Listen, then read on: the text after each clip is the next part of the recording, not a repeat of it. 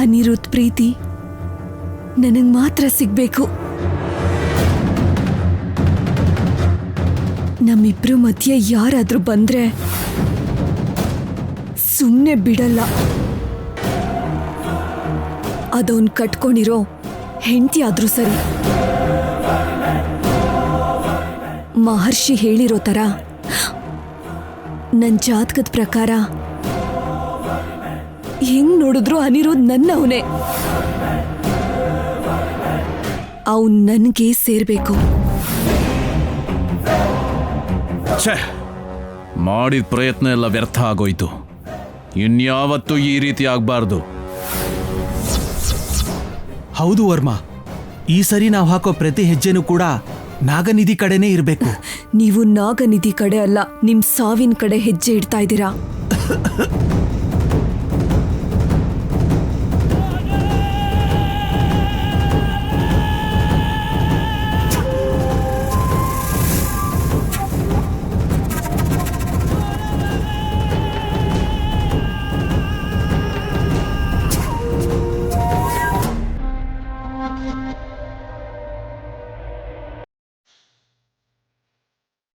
ನಾನಾ?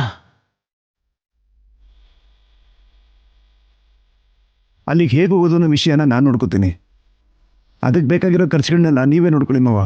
ಅದ್ರ ಬಗ್ಗೆ ನೀನು ಚಿಂತೆ ಮಾಡಬೇಡ ಸುರೇಂದ್ರ. ಎಷ್ಟು ಖರ್ಚಾದರೂ ಪರವಾಗಿಲ್ಲ. ವರ್ಮಾ ಸಾಹೇಬ್ರೆ, ಇಲ್ಲಿ ಸಿಗ್ನಲ್ ಸಿಗ್ತಾ ಇಲ್ಲ. ಸ್ವಲ್ಪ ಮೇಲ್ ಹೋಗಿ ಮಾತಾಡ್ ಬರ್ತೀನಿ.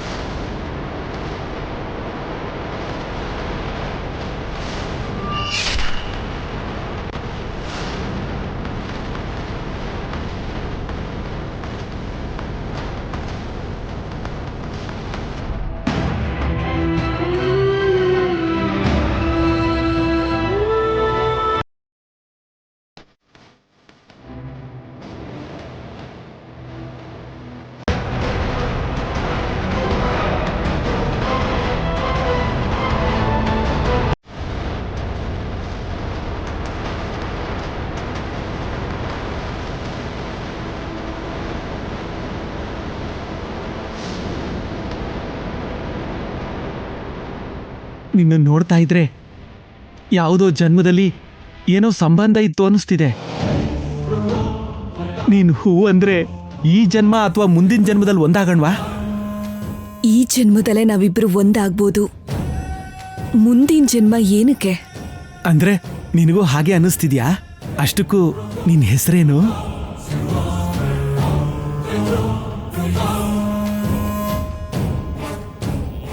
ಮಾಯಾ.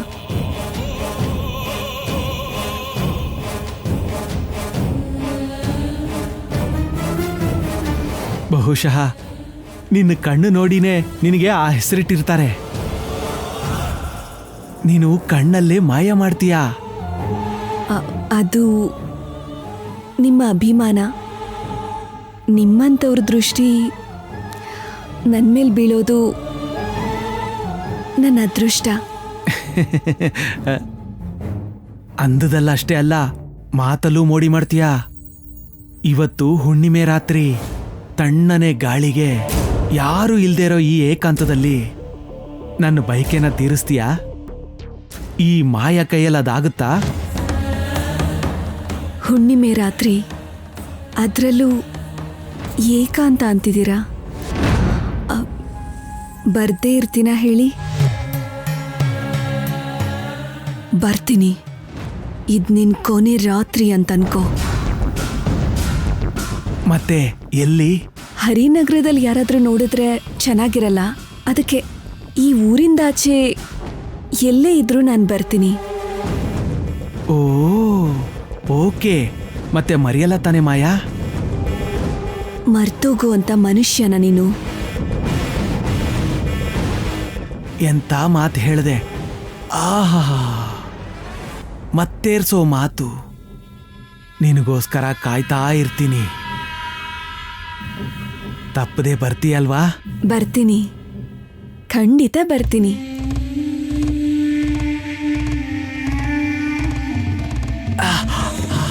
ಬರ್ತೀನಿ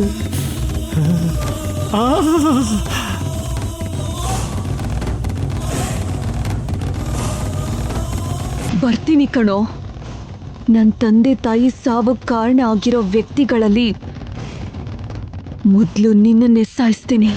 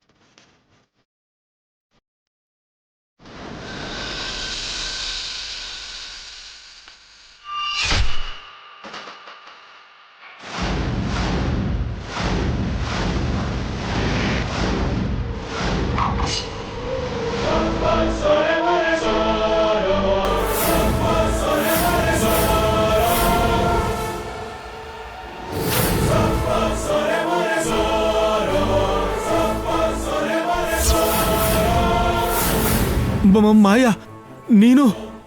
ನಾನೇ ಮಾಯಾ. ನೀನಾಸೆ ಪಟ್ಟಿರೋ ಮಾಯ ನೋಡಿ ಇವತ್ತು ಭಯ ಪಟ್ಟು ಸಾಯ್ತೀಯಾ? ಏನ್ ಮಾತಾಡ್ತಿದ್ಯಾ ಮಾಯಾ? ಹೇಗೆ ನೀವು ಹುಣ್ಣಿಮೆ ರಾತ್ರಿ ದಿವಸ ನಾಗರಾಜನ ನಾಗರಾಣಿನ ಸಾಯಿಸಿದ್ರೋ,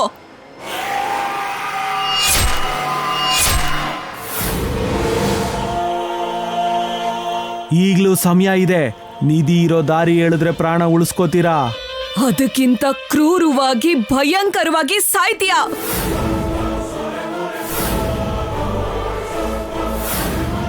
ಅಂದ್ರೆ ಅಂದ್ರೆ ನೀನು ನಾಗನಿಧಿನ ರಕ್ಷಿಸೋ ನಾಗ ಜಾತಿಯ ವಂಶದವಳು ನಾನು. ಇಷ್ಟ ರೂಪಧಾರಿಣಿ ನಾಗ ಕನ್ಯೆ ನಾನು.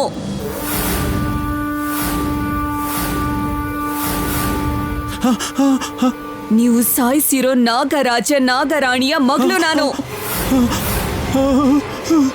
ನಿನ್ ಸಾವು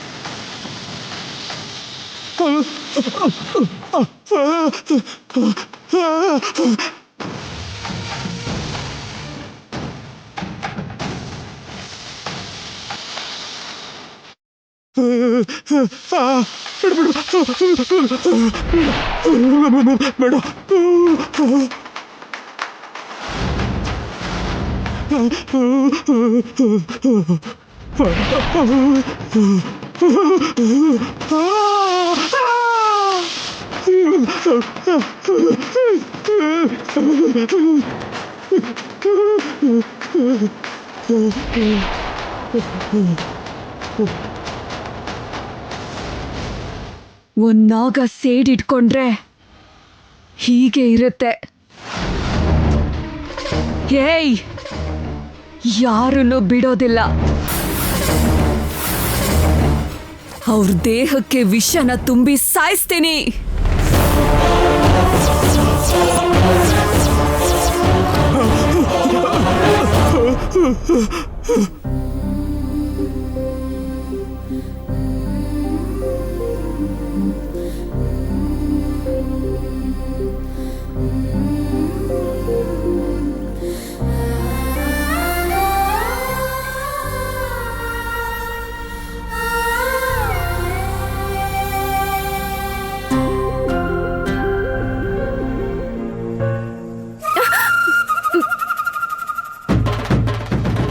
ಇವತ್ತು ನಮ್ಮ ಫಸ್ಟ್ ನೈಟ್.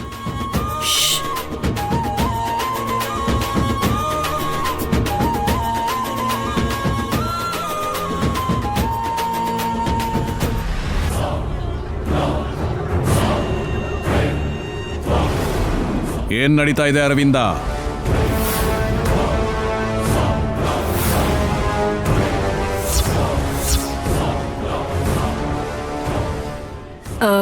ಅದು ಮದುವೆ ಆಗಿ ಇಷ್ಟು ದಿನ ಆದರೂ ಅನಿರುದ್ಧ್ ಪುಣ್ಯಗೆ ಆಗ್ಬೇಕಾಗಿರೋ ಶಾಸ್ತ್ರ ಇನ್ನೂ ನಡೆದಿಲ್ವಲ್ಲ ರೀ. ಹಾಗಂತ ಎಲ್ಲ ನಿರ್ಧಾರನ ನೀನೇ ತಗೋತಿದ್ಯಾ? ನಾನೇನ್ ಸತ್ತೋಗಿದ್ದೀನ? ಯಾಕೆ ಹೀಗೆ ಮಾತಾಡ್ತಿದ್ದೀರಾ? ಬರೀ ಮಾತಾಡೋದು ಅಷ್ಟೇ ಅಲ್ಲ ಅರವಿಂದ.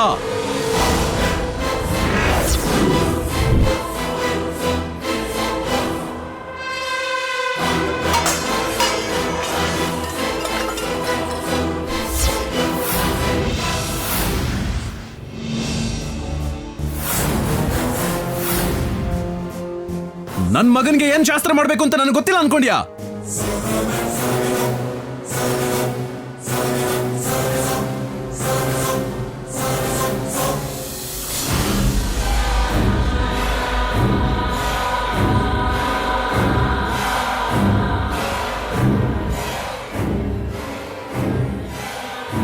ನಾನು ಹೇಳೋವರೆಗೂ ಅನಿರುದ್ಧ್ ಪುಣ್ಯ ಇಬ್ರು ಒಂದಾಗೋ ಮುಹೂರ್ತ ಏನಾದ್ರೂ ಇಟ್ರೆ ನಾನ್ ಸತ್ತಂಗೆ ಲೆಕ್ಕ.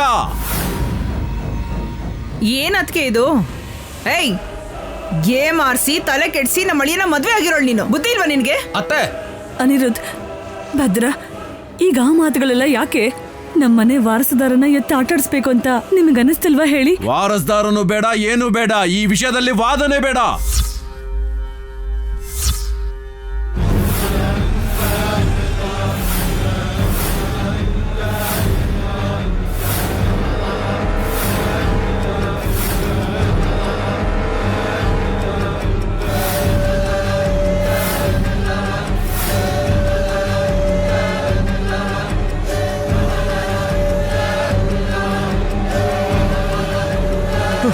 ಸೇಟು, ಸೇಟು, ಏನಾಯ್ತು? ಸೇಟು, ಸೇಟು, ಏನಾಯ್ತು? ಸೇಟು, ಏನಾಯ್ತು?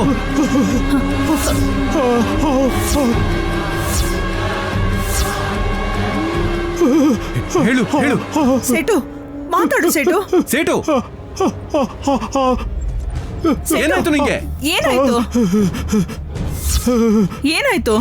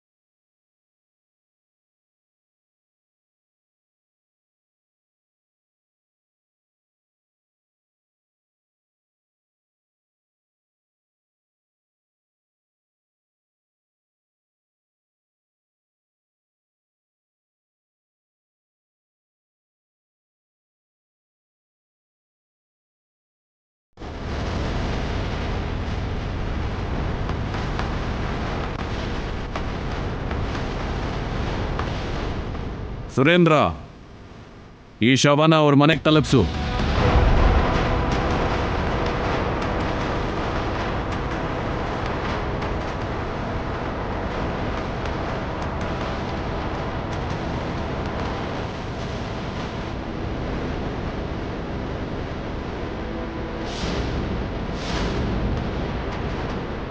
ನಾನು ಹೇಳಿದ್ನಲ್ಲ ಯಜಮಾನ್ರೆ, ನೀವೇ ನೋಡಿದ್ರಲ್ಲ, ನಾಗನಿಧಿ ನಾಗಮಣಿ ಬಗ್ಗೆ ಆಸೆ ಬಿಡಿ. ಏಯ್ ನಿಲ್ಸೋ, ನಿನಗ್ ಮಾತಾಡೋ ಅರ್ಹತೆ ಇಲ್ಲ.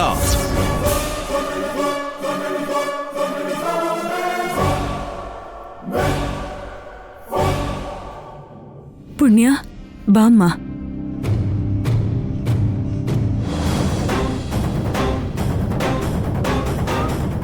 ಏನೋ ನಡೀತಾ ಇದೆ ಭದ್ರ. ನಮಗ್ ಗೊತ್ತಾಗ್ದೆ ನಮ್ ಹಿಂದೆ ಏನೋ ನಡೀತಾ ಇದೆ. ಯಾರೋ ನಮ್ ಜೊತೆ ಆಟ ಶುರು ಮಾಡಿದ್ದಾರೆ ಅನಿಸ್ತಾ ಇದೆ. ನಮ್ಮ ಹತ್ರ ಆಟ ಆಡೋ ಧೈರ್ಯ ಯಾರಿಗಿರುತ್ತಣ್ಣ? ನೀನ್ ಸುಮ್ನೆ ಏನೇನೋ ಯೋಚನೆ ಮಾಡ್ತಿದ್ಯಾ. ಅವನ್ ಏನೋ ನೋಡಿ ಏನೋ ಯೋಚನೆ ಮಾಡಿ ಭಯ ಪಟ್ಕೊಂಡಿದ್ದಾನಷ್ಟೆ. ನೀನು ಆರಾಮಾಗಿರಣ್ಣ.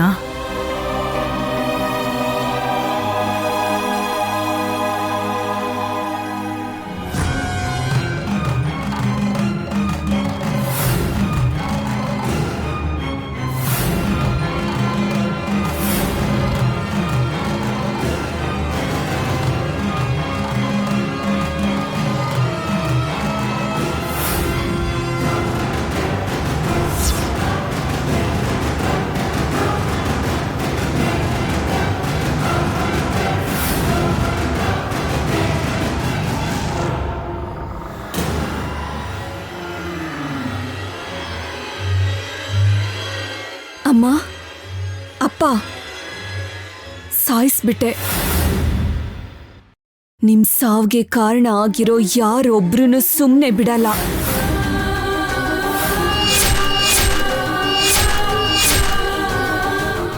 ಆಟ ಆಡ್ಸಿ ಬೇಟೆ ಆಡಿ ಸಾಯಿಸ್ತೀನಿ.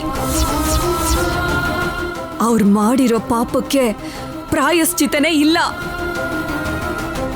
ಉಳ್ದಿರೋ 4 ಜನರನ್ನ ಬೇಟೆ ಆಡಿ ಸಾಯಿಸಿ ನಿಮ್ಮ ಆತ್ಮಕ್ಕೆ ಶಾಂತಿ ಸಿಗೋ ಹಾಗೆ ಮಾಡ್ತೀನಿ.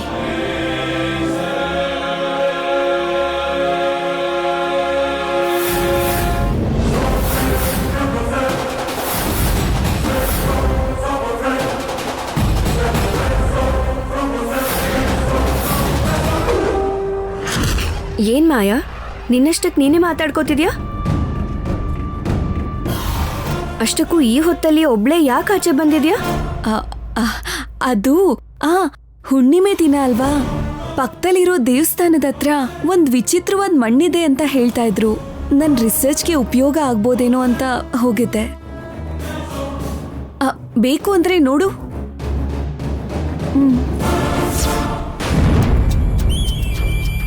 ವಿಚಿತ್ರವಾಗಿರೋ ಮಣ್ಣು ಅಂದ್ರೆ? ಈ ಮಣ್ಣನ್ನ ರಿಸರ್ಚ್ಗೆ ಉಪಯೋಗ ಮಾಡ್ಕೋಬಹುದು. ಬೇಕು ಅಂದ್ರೆ ಅನಿರುದ್ಧ ಅವ್ರನ್ನ ಕೇಳಿ. ಅಷ್ಟಕ್ಕೂ ಈ ಮಣ್ಣಲ್ಲಿ ಏನಿದೆ? ಮನುಷ್ಯನ ಹೊರಗಿಂದ ನೋಡಿ ಮನ್ಸಿಗೆ ಬಂದಾಗ ಮಾತಾಡಬಾರ್ದು ಪುಣ್ಯ.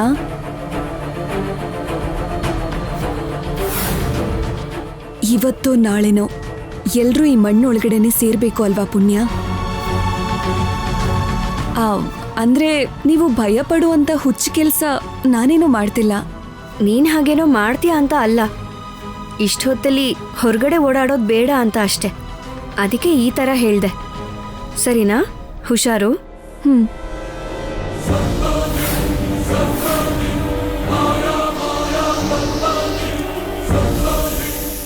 ಈ ಕುಟುಂಬದಲ್ಲಿರೋರೆಲ್ಲ ಒಬ್ಬೊಬ್ರಾಗಿ ಮಣ್ಣಿಗೆ ಸೇರೋ ಅಂತ ದಿನ ತುಂಬಾ ಹತ್ರದಲ್ಲಿದೆ. ನೋಡ್ತಾ ಇರಿ.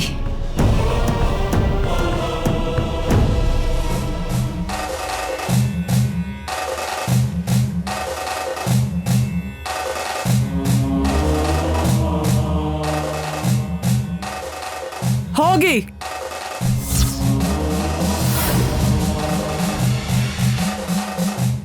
ಇಲ್ಲಿಂದ ಹೋಗಿ, ಹೋಗಿ ಅಂದೆ.